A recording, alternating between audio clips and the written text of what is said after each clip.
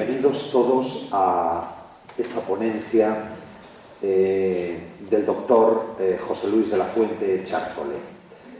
Bueno, tengo el honor de presentarles a José Luis. Hizo sus estudios musicales en el Real Conservatorio de Música de Madrid y en el Conservatorio Superior de Valencia. Es doctor en Filosofía y Letras por la Universidad de Zaragoza. Me gusta mucho el tema de su tesis, el estudio del diccionario de la música de Jean-Jacques Rousseau. En 1210 recibe el Premio Nacional de Investigación Musical y Estudios Musicológicos de la Sociedad Española de Musicología por su trabajo sobre el maestro de capilla Juan de Castro y Mallagaray. Su principal línea de investigación está centrada en el patrimonio musical hispánico de los siglos XV al XVIII.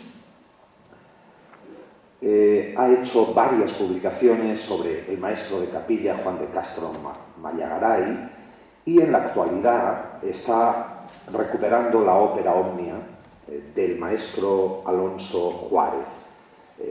Escruta incansablemente el archivo de música de la catedral y todas las partituras que ahí se encuentran. Próximamente va a publicar el tomo V. Asimismo, ha investigado y publicado trabajos sobre la música en las exequias reales en la Catedral de Cuenca en el siglo XVII. Actualmente es profesor titular de música de la Universidad de Castilla-La Mancha y secretario académico del Centro de Investigación y Documentación Musical, unidad asociada al CSIC. A José Luis lo tenemos frecuentemente por aquí, por esta casa. Investiga incansablemente en el archivo. Antonio Chacón, el archivero capitular, da fe de ello. Y bueno, viene a hacernos una presentación fantástica de una de sus últimas obras, la música en la Catedral de Cuenca hasta el reinado de Carlos II. José Luis, muchísimas gracias por estar aquí entre nosotros y por tu ponencia. Muchas gracias por su presencia, por las palabras de presentación, pero ¿estabas hablando de mí? Bueno, bien, yo inicialmente hoy vengo a hablarles de un libro recientemente publicado. Vengo a hablarles de mi libro y les prometo ser breve. Y un poco seguimos a vueltas con la música. He querido titular esta pequeña charla que les voy a dar hoy como una presentación del libro, pero también una aproximación al libro. La aproximación al libro es porque este tipo de trabajos necesitan ser explicados para luego entender lo que se lee. Porque la trama que comienza a organizarse ya desde las primeras líneas puede estar dispuesta de diversas maneras.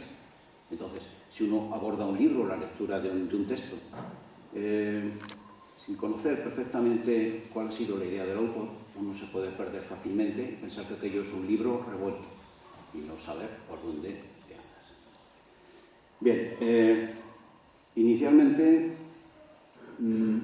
cuando uno comienza a hacer un libro o a escribir sobre algo, yo tengo que aclarar que en absoluto buscamos, cuando investigamos sobre musicología, en absoluto buscamos genios. Los genios son muy pocos y a veces confluyen y salen a la luz, pues dependiendo de otras múltiples, circunstancias externas, se cruzan los hilos históricos y sale un genio. Pero no probablemente el genio sea como tal. Se me ocurre una idea de que cuando Juan Sebastián Bach fue rescatado ya muy a posteriori, muerto, en la época de Juan Sebastián había también otros compositores. Cuando surge Juan Sebastián Bach, esos compositores quedaron en la penumbra precisamente por el brillo de ese autor. ¿Qué significa? Pues que confluyen muchos factores para que en un cierto momento sea uno y no otro el que ese compositor sea más relevante. ¿Quiere decir que el resto de músicos y el resto de compositores eran malos músicos, malos compositores? Pues yo creo que no, en absoluto. Entonces, nosotros yo principalmente cuando estoy trabajando sobre maestros de capilla y para desbrozar un poco qué es lo que sucedió en esta casa, en el terreno musical, yo no busco genios, lo único que busco es enlazar eslabones perdidos. Y un poco ese es el libro, El libro es un libro de muchas cosas, es un libro de muchas cosas y después de algunas décadas de estar insistiendo, acabando y trabajando, uno se da cuenta de que hay algo, hay un pequeño clic que dice que esa cosa se encuentra acabada. Y bueno, pues esta vez el azar editorial pues me ha hecho coincidir este libro con el anuncio de otro, así es que hoy pues presento Mellizos. Y afortunadamente, que ahora os voy a presentar, que tienen ustedes aquí, afortunadamente se parece a su madre, que es la editorial Al Puerto. Y bueno, yo creo que ha salido guapísimo, y es lo que voy a intentar hablar de él. La historia de la música de la Catedral de Cuenca es un tema que no ha sido abordado. Es decir, no hay historia de la música de la Catedral de Cuenca y solo tenemos este antecedente, que es el libro de Miguel Martínez Millán, del año 88. Historia musical de la Catedral de Cuenca, hoy por hoy es el único texto disponible que introduce las noticias sobre los maestros de capilla y las capillas, los músicos y toda la trama, los infantes de coro. Toda esa trama que era el día a día de una catedral, la música estaba indisolublemente unida a la liturgia, pero no podía ser de otra manera. De eso hablaremos brevemente. Bien, este es el antecedente y el libro que les presento hoy ni mucho menos aspira a ser una historia musical, ni mucho menos. Por eso le he titulado La música en la Catedral de Cuenca hasta el reinado de Carlos II y después tiene un subtítulo que es Contribución para una historia crítica. Es decir, lo único que les estoy dando en este libro son miles de referencias, de datos, que pongo en manos de los historiadores para que hagan un trabajo con mejores manos que las mías. Yo puedo hablar de música, pero no soy historiador. Entonces, para configurar una historia musical es necesario serlo y preparar la trama histórica de manera adecuada. Bien, pues yo en este libro lo único que hago es aproximar a esa sucesión de fotografías, que son los datos. Y de esa manera contribuir a que ese relato, a que esa unión de fotografías tenga una especie de hilo narrativo y que al final parezca una historia sin serlo. Bien, cuando se escribe sobre esta cuestión, yo siempre digo que hay que se escribe siempre a partir de 3 puntos o de tres premisas. Primero, para escribir es una cuestión de suerte. En principio de suerte porque hay que tener suerte para localizar cuáles son los datos sustanciosos, que no siempre salen después de buscar en miles y miles de páginas, sale un pequeño dato que te puede aproximar a otra cosa. Bueno, esa cuestión de suerte es un elemento que debe de estar siempre presente, por lo menos para mí lo está. Y luego también, pues, el otro elemento, el segundo, sería la perspicacia. Es decir, es buscar, saber encontrar, saber reconocer en todos esos datos cuáles son valiosos y cuáles no. Y luego el tercero y último, ya, pues, de alguna manera es el sentido común, que nos dice, que nos guía para no estropearlo todo después, una vez que lo tenemos preparado, para no estropear.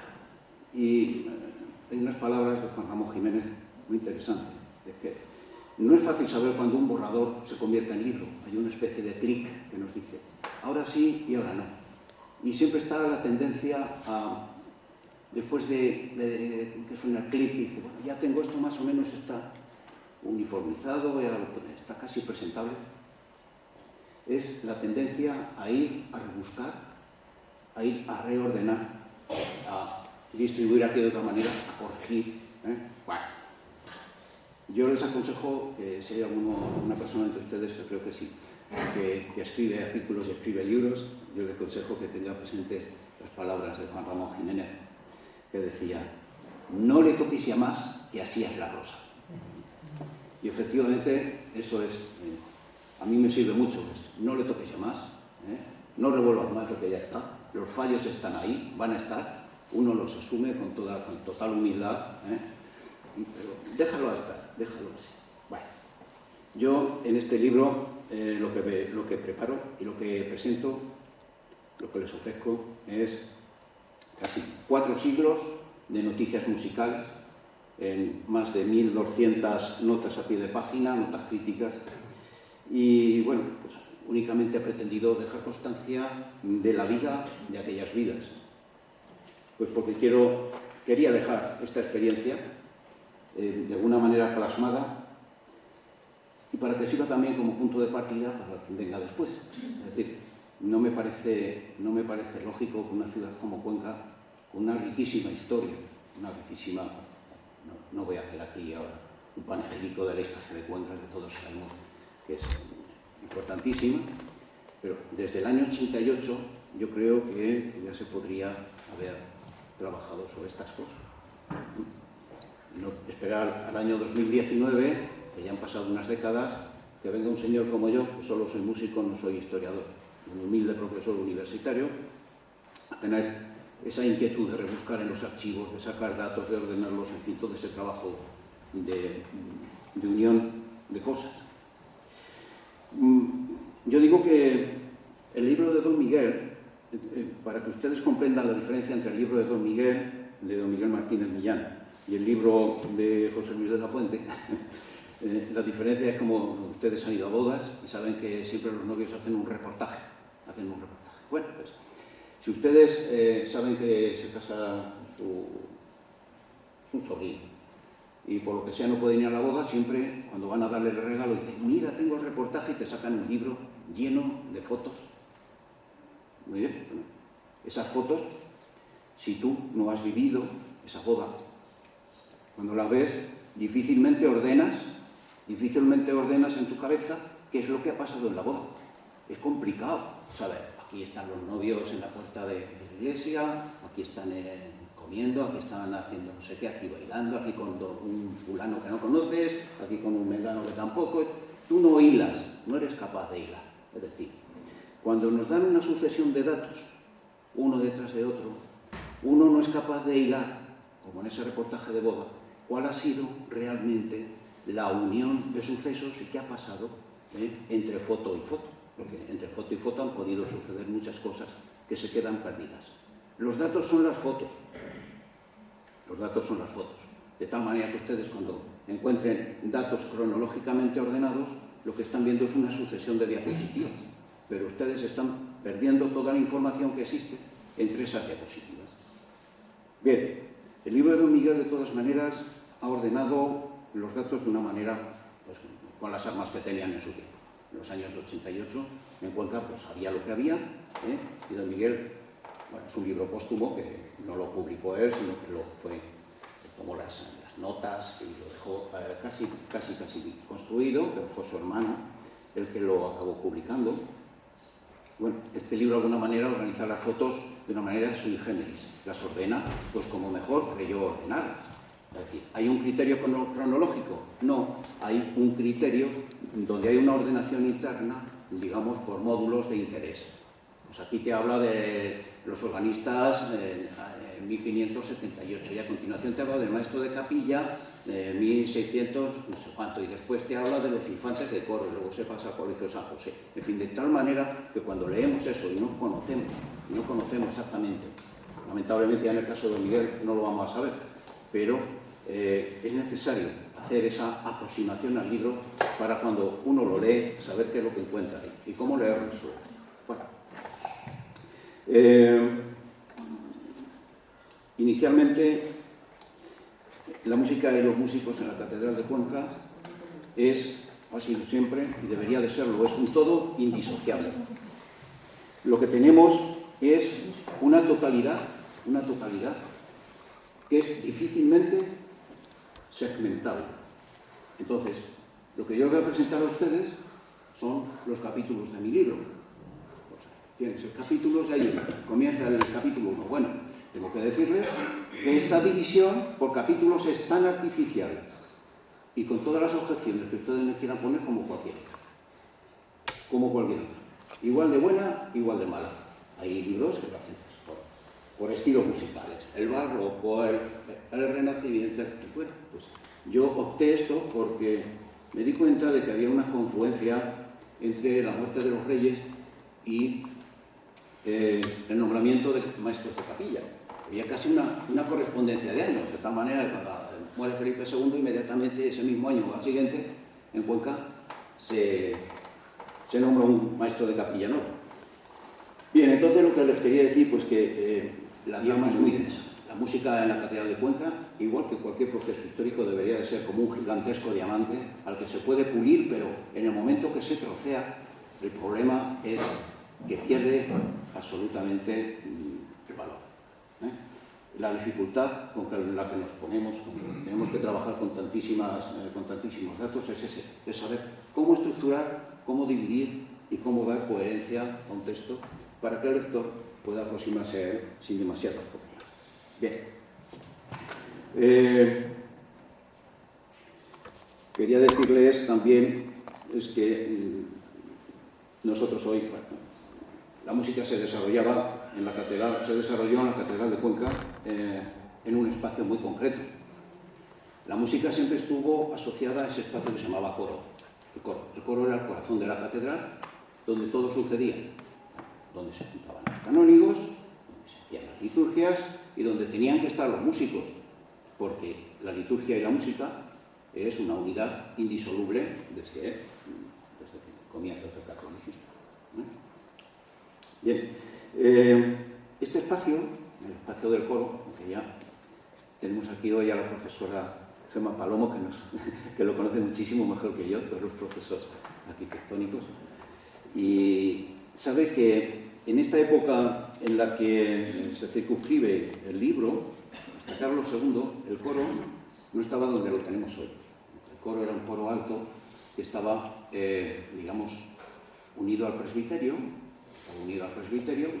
con una pequeña separación. Es decir, el trascoro, la parte de atrás del coro, daba justo al crucero.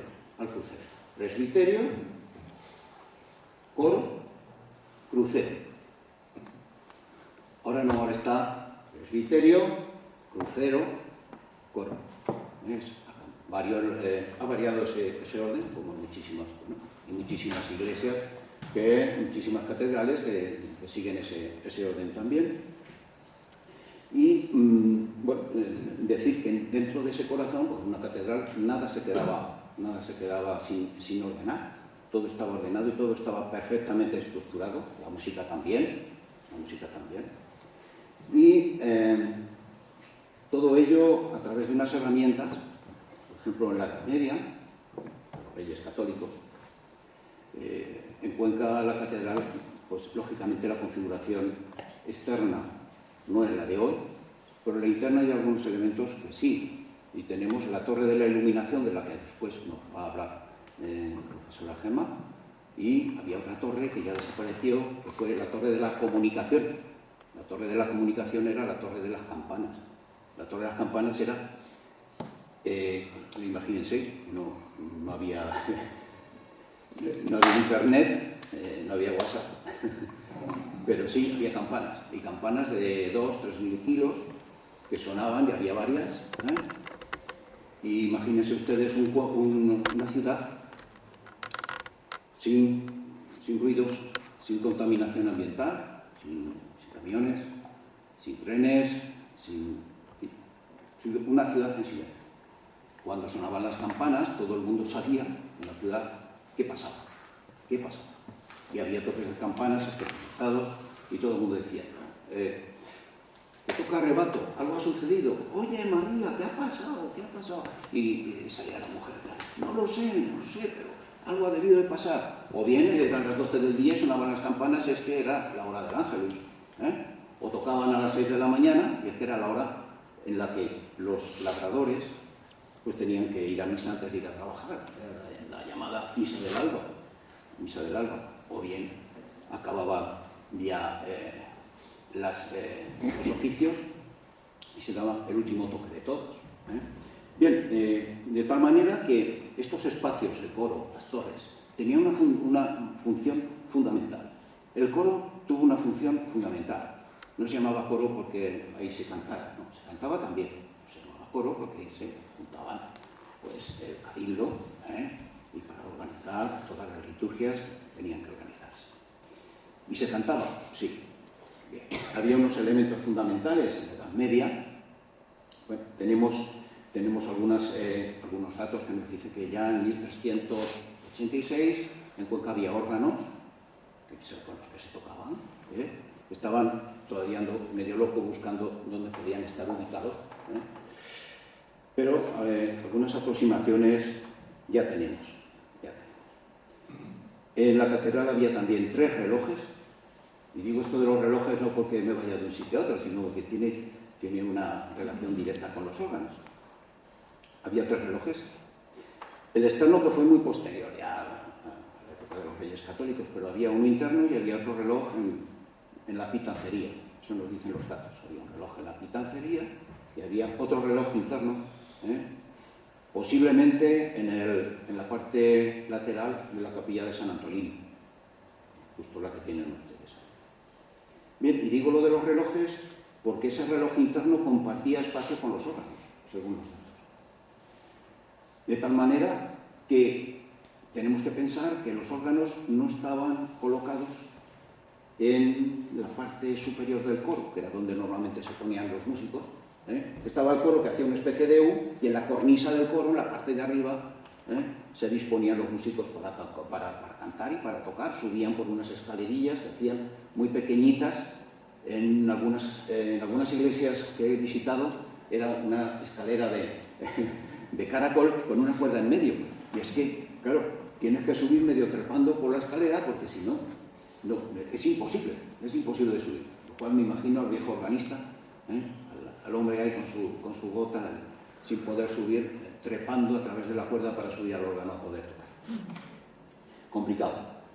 Bien, entonces sabemos que sobre 1386 ya había órganos en Cuenca, en la catedral, y que estos órganos no estaban donde los tenemos. Hemos encontrado también un dato, todo esto lo voy a salto de mata porque voy haciéndoles pequeñas catas del libro para decirles cosas interesantes para que lo adquieran. Entonces, bueno, pero hay algunas cosas que son más o menos narrativas y otras que son datos realmente, digamos, inéditos. No me gusta esa palabra porque parece que eres el listo que los ha encontrado. Y no es verdad, los datos estaban ahí, simplemente me han salido al camino. Pero he tenido la perspicacia de saber, este es válido. Bien, fíjense, me creo que son alumnos, sí, y les tuteo, disculpas. En 1520, en la catedral de Cuenca había 4 pares de órganos, es decir, 8. ¿Y dónde estaban? Es la pregunta. Bueno, estos 4 pares de órganos parece ser que en 1520 había ya dos que estaban encima, ya estaban en su lugar original, que era en el coro, en la parte de arriba del coro, en la cornisa, donde abajo se sientan los capitulares, en la parte de arriba de la cornisa era un sitio estrecho realmente, pero era adaptado para poner los instrumentos. Pues un poco igual que están hoy. Hoy está el coro y encima están los órganos. Pues imagínense lo mismo, lo que pasa que los órganos no eran de la dimensión que tenemos de estos órganos estupendísimos, sino que eran unos órganos muy primitivos, que tenían los tubos de plomo, se los comían las ratas, porque el plomo les encanta a las ratas, y en el momento que, como estaban encerrados en unos muebles y tapados, pues cuando iban, ¡ay, se me ha desafinado el do! Voy a mirar, vamos a mirar, tal, faltaba un trozo de tubo abajo y se escapaba el aire, a reparar el secreto, a poner otro tubo, en fin, unos problemas tremendos que tenían que pasar estos maestros. Bueno, en el libro, pues el capítulo primero habla de la música que pasó a a partir de la Edad Media, los reyes católicos. Aquí es importante porque en el libro de Don Miguel dice que no hubo música en Cuenca, ni hubo polifonía en Cuenca hasta 1530 y tantos y tal. Bueno, pues no tenía los datos que hoy disponemos y sabemos que sí, que existió música polifónica en Cuenca, ya a principios del siglo XV, con un obispo que se llamó Juan Cabeza de Vaca. Don Juan Cabeza de Vaca tenía una capilla privada, tuvo una capilla privada, igual que la tenía el rey. Y sus músicos pasaban a cantar y a tocar, y cantaban polifonía, una polifonía muy especial, llamada discanto. Y el discanto no era nada más que el canto llano, el canto gregoriano, que cantaba el coro, y luego tenían uno o dos cantores que hacían el discanto. Eran los discantantes. Los discantantes que hacían, improvisaban sobre ese canto llano, por arriba hacían melodías, porque eran los cantores profesionales los que sabían cantar. El canto llano se dibujaba por debajo con sonidos más o menos largos, y el discantante o discantantes hacían esas florituras por la parte de arriba, bueno, generalmente hacia el agudo, y esa era la polifonía que se escuchaba. No imaginen ustedes grandes coros polifónicos cantando a 4 o 5 voces. Eso ya es muy posterior. En esta época no sucedió eso. Sí que es verdad que aquí lo quiero significar, porque el desarrollo de la capilla en la baja ya, en la etapa medieval, hubo un periodo muy complicado. Yo le he llamado la década negra. La década negra es tempore pestis, la peste. Un periodo de peste tremendo que no estaba documentado y que sucedió entre 1498 y 1508. ¿Qué sucedió en la capilla de músicos en ese periodo? Pues sucedieron muchas cosas. Sucedieron que había un organista, ahora volvemos a esto. Hubo un organista, el cabildo salió huyendo, se fue a Huete y se llevó a su organista, que se llamaba Juan Romero. ¿Vale? En la catedral quedaron 12 capellanes y 2 cantores. Y quedaron porque el cabildo dijo, pues, para librarse de la muerte abrimos las puertas y que salga huyendo el que quiera. Claro, había unos oficios que realizar y había unas sesiones que cumplir y bueno, se quedaron, algunos valientes se quedaron aquí. Pero bueno, que sepan ustedes que en ese periodo muchísimos músicos murieron, y se quedó entre músicos y maestros la catedral prácticamente desierta. Bueno, esto del canto polifónico que tienen ustedes ahí, pues ya ven que son los datos que nos dicen la existencia de esa capilla polifónica. Y hay 3 datos, 3 sacados de actas capitulares y libros de fábrica. Bueno, dice, en 1401, di al maestro Juan por los puntos de canto de órgano para la capilla del señor obispo. Es decir, el canto de órgano no es lo que toca el órgano, sino es la polifonía. Había una capilla polifónica y era la capilla del obispo. Eso es un dato irrefutable y es así. Y ya lo tenemos documentado, pues gracias a Dios.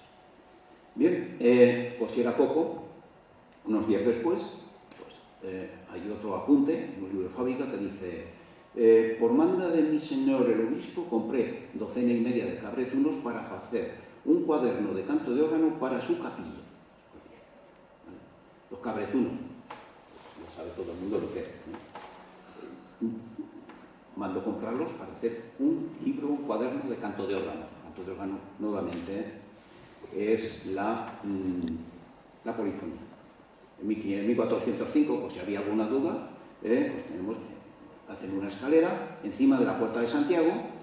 Dice, para limpiar la casa, escalera encima de la puerta de Santiago para el maestro de canto.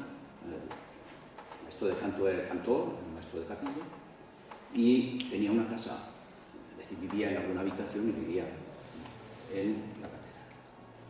Bueno, aquí tenemos algunos datos de músicos de esta época y de épocas anteriores. El famoso Sochantre, la primera noticia de Sochantre que tenemos en la catedral de 1195, Juan de Contreras. Bueno, luego algunos, y aquí significar dos cantores, bueno, un maestro de capilla, Giraldo Giraldez, que estuvo de cantor y maestro de capilla en Cuenca. Cantor en esta época significa maestro de capilla. Fue cantor, maestro de capilla en Cuenca y luego pasó a la capilla del Papa Benedicto XIII, que significa que mal no lo haría. Luego estaba como se nota concretamente como cantor discantante a Fernando López. Era este cantor polifónico del discanto que les he dicho anteriormente. Y también un músico muy significado, Juan del Mas, conocidísimo porque fue cantor del rey Alfonso V de Aragón y también maestro de capilla en Cuenca. A posteriori, pues tenemos una clara influencia francesa en la música. Hubo cantores franceses que estuvieron instalados en la capilla conquense y tenían un maestro que le llamaban el francés, Juan de Forteville, y ahí un poco pues se cierra el ciclo. Últimamente, uno de los datos de otro maestro de capilla y cantor es el de Miguel de Jerez. Miguel de Jerez no lo conocía yo, no aparece en el libro porque ha salido después.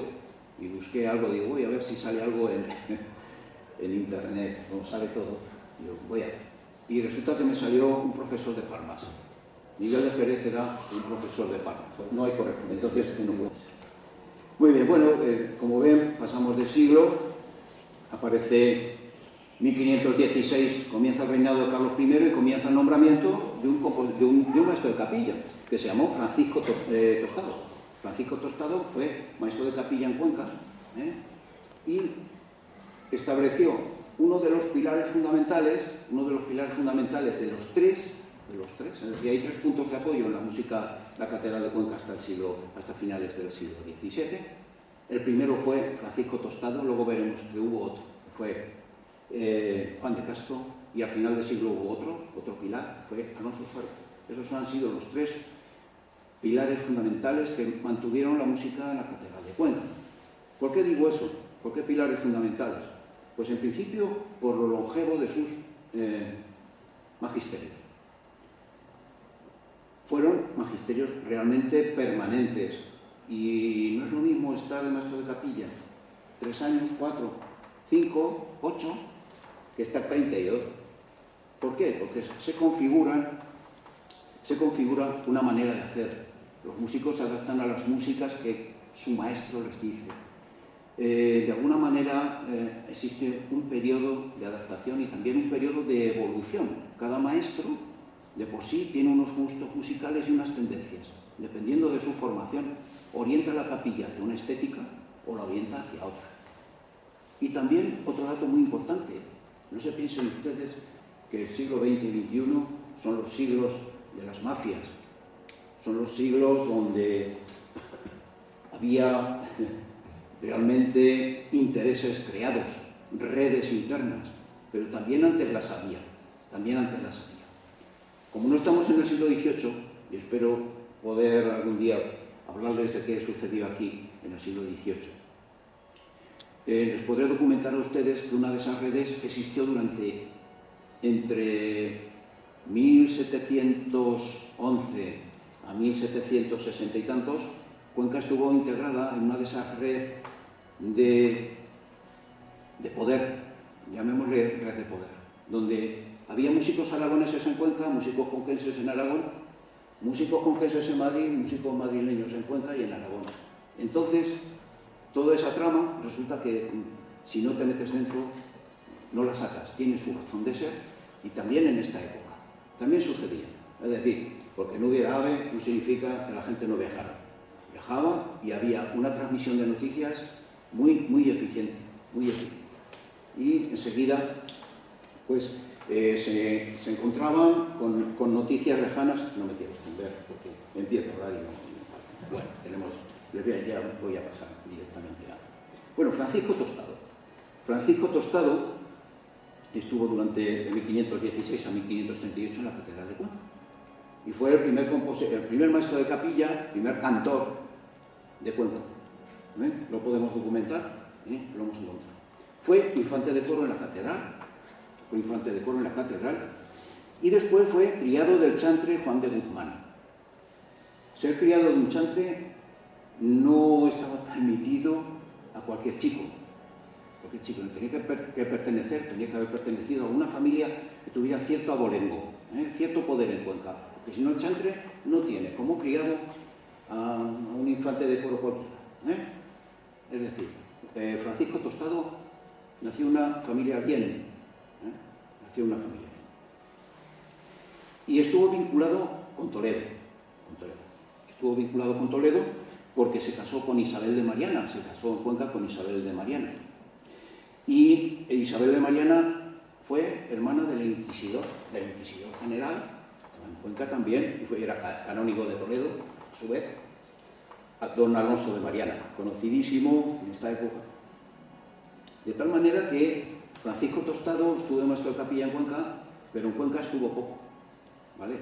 Estuvo viajando constantemente a Toledo, era requerido constantemente desde Toledo, y cuando él se iba, pues aquí tenían que encontrar algún sustituto. Ya tienen ustedes no los sustitutos concretos, sino qué sucedió después. Como ven, hay una fragmentación, después del periodo de Tostado, hay una fragmentación hasta mitad del siglo, con otros 3 maestros muy secundarios y que dejaron, digamos, poco sedimento en la catedral de Cuenca. Sabemos que Francisco Tostado fue cantor en la casa del Infantado, del duque del Infantado. Y recordar también que Diego Hurtado de Mendoza, duque del Infantado, fue el que ordenó en 1508, mira que estamos hablando de 1516, en 1508 fue el que ordenó en ese periodo de peste el cierre de las puertas de Cuenca, que fue tremendamente contestado, porque claro, la gente se quedaba encerrada en la ciudad, ni se podía salir ni se podía entrar. El problema de los que no podían salir era relativamente tremendo. Se veían rodeados de infectados por todas partes, no podían escapar. Y el problema de los que escapaban es que generalmente escapaban a sitios peores, porque o se refugiaban en cuevas o se iban al monte, y afortunadamente llegaba a algún pueblecito. Bien,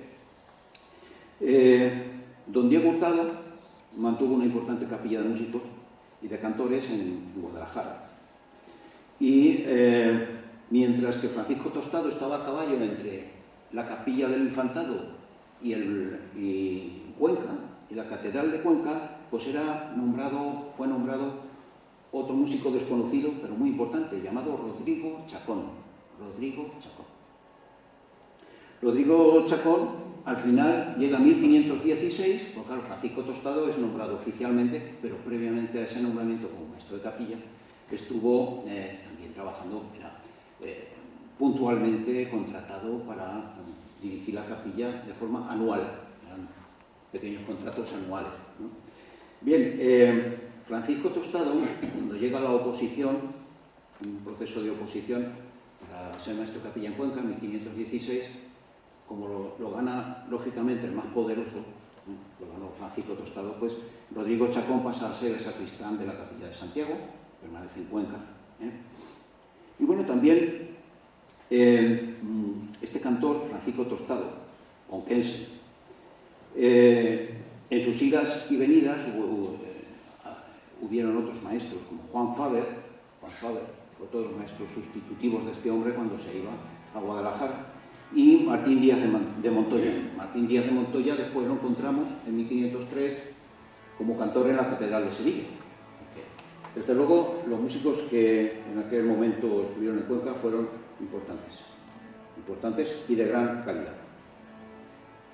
En Cuenca, durante el periodo de peste, quedó un organista llamado Alonso de Tarancón, y un sochantre, Pedro García, y el cantor Agapito de Mariana.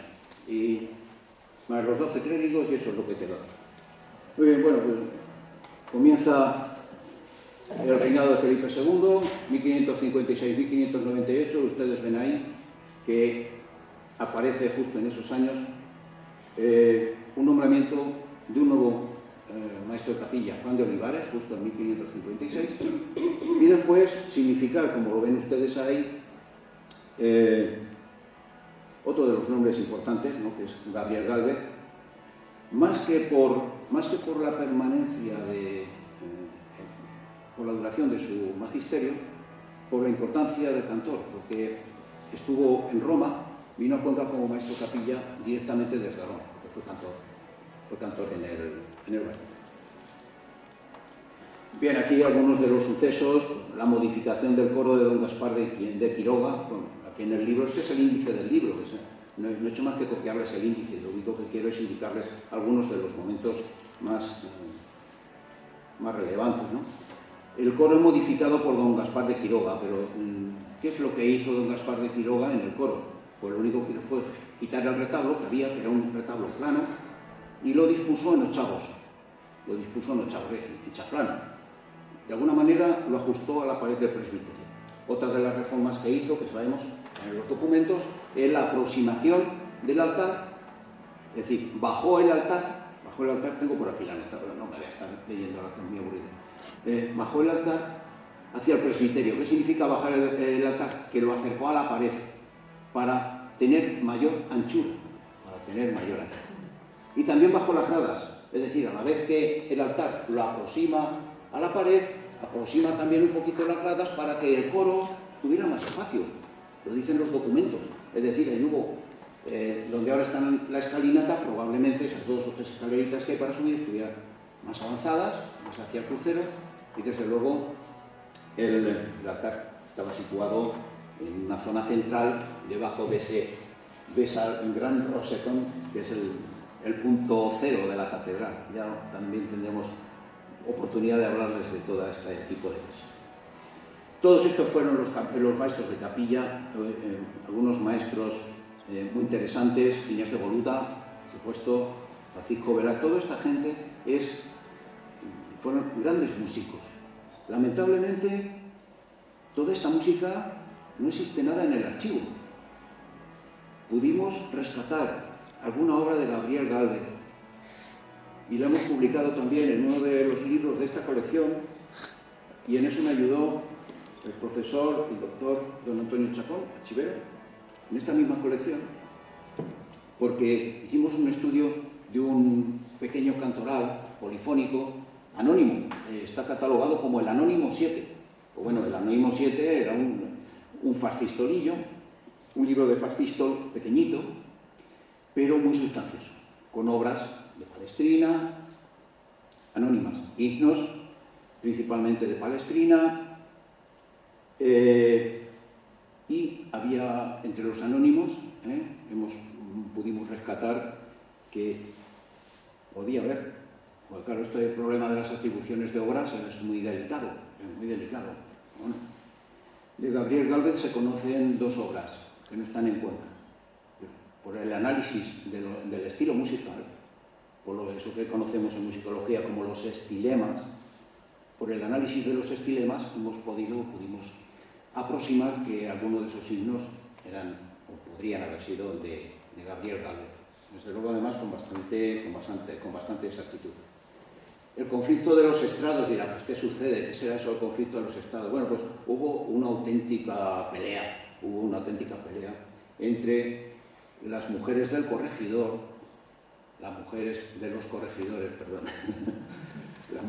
corregidores y el cabildo, y los corregidores pillaron un enfado tremendo, porque claro, llegaban las señoras y en las fiestas iban con unos estrados, unas plataformas enormes para colocar encima sus sillas y estar ahí. Entonces hubo un problema, y es que colocaron los estrados justo delante del coro, entre el presbiterio y el coro. Pero no se dieron cuenta que el obispo estaba detrás. El obispo se sienta en el coro, y cada vez que había una de estas funciones solemnes, pues el obispo participaba. El obispo estaba sentado en el coro y resulta que las señoras le estaban a la espalda al obispo, y se montó una que aquí viene descrita en el libro bastante notable, casi con penas de prisión. que casi acaban los capitulares en la prisión, no al revés, el poder de la mujer.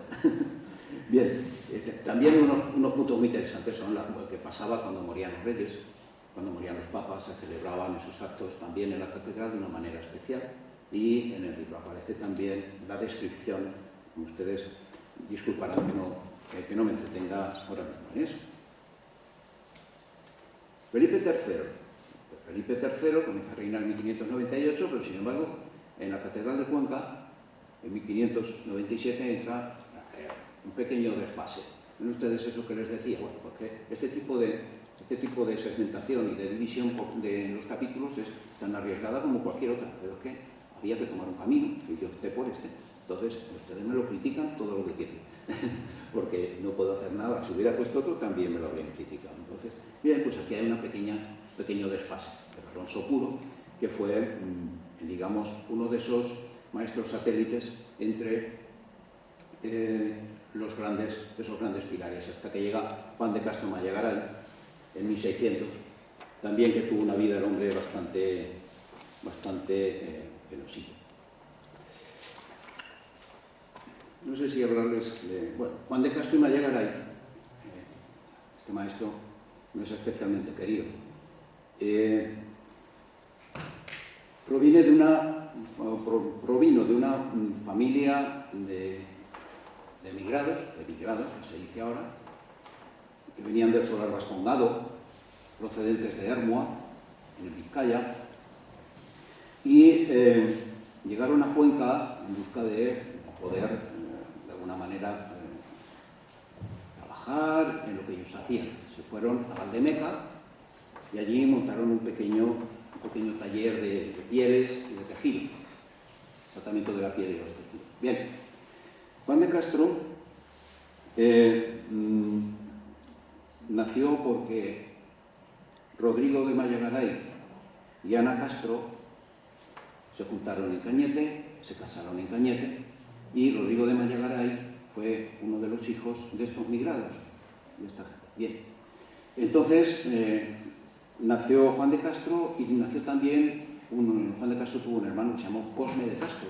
Cosme de Castro acabó siendo registrador en la Cancillería de Valladolid. Fue un hombre muy importante, muy poderoso, fue maestro de nuestro músico. Juan de Castro y Mallagaray estudió nada menos que con Felipe Royer, que fue un flamenco maestro de la capilla de Felipe II. Nada menos. Y después de haber estudiado con este maestro, muere el maestro y se va a Osuna, Sevilla, donde fue maestro de capilla. Y allí esperó hasta que tuvo la oportunidad de ver que en Cuenca, en el año 1600, se convocan oposiciones a maestro y entonces se viene a opositar. Realmente el problema que hubo con Juan de Castro y Mallagaray, y ya me remonto a las últimas décadas del siglo XX, al libro de Miguel Martínez Millán, que todavía no estaba, estamos hablando de los años de 1975, y es que en esa confluencia causística extraña, pues había también, hubo otro compositor que se llamaba Juan de Castro. Había dos Juan de Castro, y en los años 75 ahí nadie sabía quién era quién. Todavía hoy pasa, no con Juan de Castro, sino con otros autores. Pues ya, como son del siglo XVIII, no corresponden. Ya se los contaré a ustedes. Juan de Castro y Mallagaray tuvo la suerte o la desgracia de que hubo otro Juan de Castro belga muy famoso. Y en Cuenca, en aquellos momentos, estaba Antonio Iglesias, era el director de las Semanas de Música Religiosa, también director del Instituto de Música Religiosa, Miguel Martínez de Millán, estaba también organista, estaba, ¿cómo se llama el maestro de capilla? Se me dio el nombre. Estaba con don Miguel. Bueno, sí. Es igual, son problemas de la edad, ¿no? Se le van unas cosas de la cabeza y ya cuando se van, vuelan y ya me pongo en la trama. Don Restituto Navarro. Bueno, y comenzaron a investigar y resulta que salió en Cuenca Juan de Castro. Ay madre, como no salía el Mallagaray, porque el Mallagaray se lo tuvimos que poner después, cuando investigamos y fuimos capaces de conseguir su expediente de hidalguía, que lo presentó en Cuenca, como era un proveniente de Solar Vascongado, había una ley que decía que todos los que provenían de Solares Vascongados eran hidalgos por ley. Entonces, él reclamó esa hidalguía y aquí un expediente del cual afortunadamente pudimos rescatar todos los datos que conocemos. Pero fue realmente también una cosa muy fortuita. Bien, Juan de Castro y Mallagaray está en Cuenca. Se casa, llega a Cuenca, se casa también, como no era menos, con Juana de la Espada, una hija de un licenciado conquense, muy importante. Hay una boda muy rimbombante, si quiere, a la cual acudió quien fue luego su mentor y protector, Sebastián de Covarrubias. Sebastián de Covarrubias estuvo en la boda de Juan de Castro y Mallagaray, porque Sebastián de Covarrubias fue muy amigo de los músicos, y él también era músico. Ya creo que alguna vez he demostrado, si no en este foro, en otros sitios, tiene una colección de instrumentos y era músico. Entonces, claro, su afinidad no. Pero lo que pasa es que era también canónigo. Y al ser canónigo no podía ser músico, porque, claro, ser músico era una condición inferior. Entonces, Sebastián de Covarrubias fue canónigo y músico de vocación. Y en casa, no podía ser otra cosa. Bueno, alguna cosa sobre Juan de Castro y Mallagaray. Casa con Juana de la Espada, muere joven, sin descendencia. En ese mismo año, 1611, muere su mentor, también, Sebastián de Covarrubias, y muere su madre, que estaba con ellos en Cuenca, Juan de Castro. Y entonces el hombre entra en una depresión tremenda y le da por irse de juerga por las noches. Y fue apresado. Fue apresado y acabó en la cárcel de Granada. Una vez apresado, pues bueno, desde allí tuvo que componer los villancicos de Navidad de ese año. Y para salir, pues bueno, por mediación de las influencias capitulares, y gracias a Dios que pudo escapar de la prisión, por ser quien era, que si es otro que no es maestro de capilla, ese se queda allí algún tiempo más. Bien, posteriormente, ya remontada esa etapa tan sumamente negativa, encuentra una chica de 19 años, Catalina del Castillo, con la cual se casa. Ella tenía en 1741. Nació en 1570 en Cañete, que se me ha olvidado decir que Juan de Castro y Mallagaray nació en Cañete. No se sabía su lugar de procedencia, pero sí que sabemos, porque hay un auto capitular en la que el Cabildo le da un permiso por 15 días para irse a descansar a su tierra, que es en Cañete. Entonces es lógicamente. Además, siempre el nombre suyo y de su familia está asociado a esa localidad. También Mártir Rizo, en la historia de Cuenca, el historiador Mártir Rizo, que tienen la historia, pueden descargarla en un PDF tranquilamente, y verán ustedes que habla también de Juan de Castro y Mallagaray, y de la familia, bueno, de Juan de Castro no, de la familia de los Mallagaray. Bien, casa con Catalina del Castillo, tiene 5 hijos, y una hija más, llamada Lucía. Y en el testamento aparece Lucía, reputada por hija natural, pero arriba de natural está tachado bastarda, que significa que fue una hija bastarda, la tachó el secretario capitular y puso la corrección al lado. Pero Lucía, esta hija, pues acabó como todas las hijas bastardas, acabó monja en Belmonte. Hemos podido hacer un recorrido de todo aquello. Bien. Y, bueno, lo estoy extendiendo. El reinado de Felipe IV sigue esa segunda sección, esa segunda parte con Juan de Castro y Mallagaray, de 32 años, y hubo también pues, algunos acontecimientos importantes, las honras por Isabel de Borbón, la provisión en 1648 del magisterio de Cuenca, de Tomás Micieces y Juan de Padilla. Claro, ustedes ven aquí estos nombres y si no saben historia de la música, pues dirán, ¿quién fue Tomás Micieces? Tomás Micieces fue ni más ni menos un maestro de capilla de las Descalzas, esto era la Real Capilla de las Descalzas en Madrid, o sea que no eran nombres, y Juan de Padilla lo fue maestro de capilla en Toledo. Entonces no son nombres simples, son personas, son personalidades. También aquí aparece toda la documentación que salió con la traslación de la Virgen del Sagrario, y el tercer y último pilar, que fue Alonso Suárez. Y yo siempre le pongo de la Fuente, pues porque me viene muy bien, porque yo me llamo José Luis de la Fuente, y me siento muy bien decir, vale, Pero Alonso Suárez de la Fuente fue un toledano porque cuando no se sabía su origen, algunos musicólogos hacían en Madrid, otros. Don Miguel Martínez Millán en su libro pone que era de Segovia. No lo sé, lo había soñado esa noche. Madrid, Segovia, Lothar Siemens dijo que era de Guadalajara.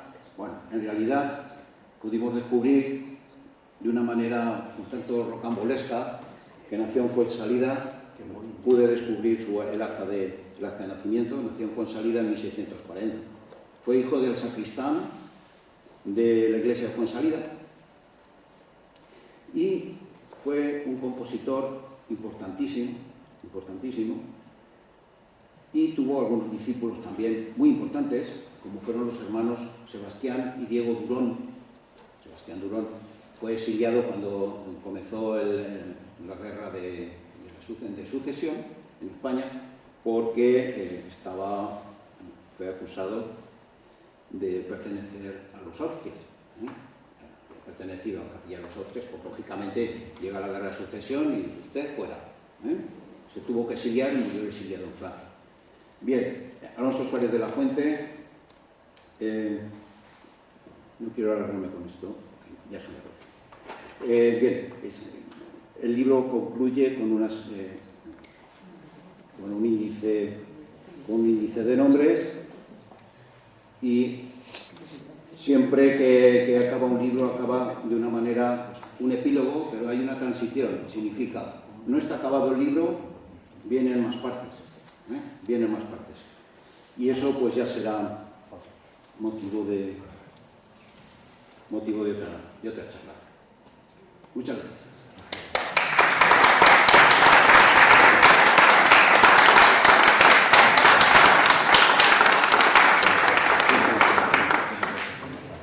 Muchísimas gracias a todos. Vamos a dar 5 minutos de descanso.